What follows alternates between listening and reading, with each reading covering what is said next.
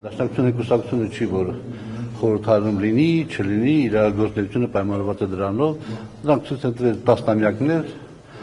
եւ իրանց օգտակարությունը հայապահպանության իմաստով, հայոց պետականության կայացման իմաստով, ամեն ինչ իմաստով դա անգնահատելի է։ Եվ այո, այստեղ հենց բանը պայքարի իմաստը, հակադաշնակցական էս մարտնչող կեսվածքի իմաստը կայանում է նրանում, որ այդ 4-րդ հանրապետություն ստեղծելու կոնտեքստում փոկել Սփյուռքը որպես նորից հայ ոչ թե ինքնության, այլ իրականության, հայոց իրականության մի մաս եւ կարևոր մաս եւ հզոր ուժ օգտագործելու փոկել, ասենք նաեւ նույն կոնտեքստում նաեւ հենց եկեղեցու հետ կապված, էլի փոկել, ասենք որովհետեւ Նիկոլ Փաշինյանը ինչ էլ անի, չի կարող եկեղեցու մեջ այն իրավիճակը ստեղծի, որ ինքը ուզում է։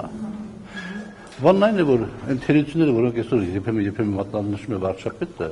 մենք էլ գիտենք, մենք գիտենք, որ թերությունները կան, եկեղեցականներն էլ գիտեն, որ թերությունները կան, եւ վարչապետը այդ մասին գիտեր նաեւ 5 տարի առաջ, 6 տարի առաջ, ինչու այդ ժամանակ չէր արվում։ Այդ ժամանակ չէր արվում, որովհետեւ դրա նպատակարարությունը չկար։ Այսօր այդ անհրաժեշտությունը կա, այդ խնդիրը լուծել եւ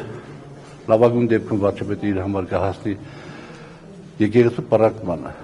այսինքն նորից կտարանջատի Սփյուռքը եւ կամփոփվի մեր իրական Հայաստանի մեջ, որտեղ ինքը ուզում է իրականացնել այս սևեռուն գաղափարը, որը կոչվում է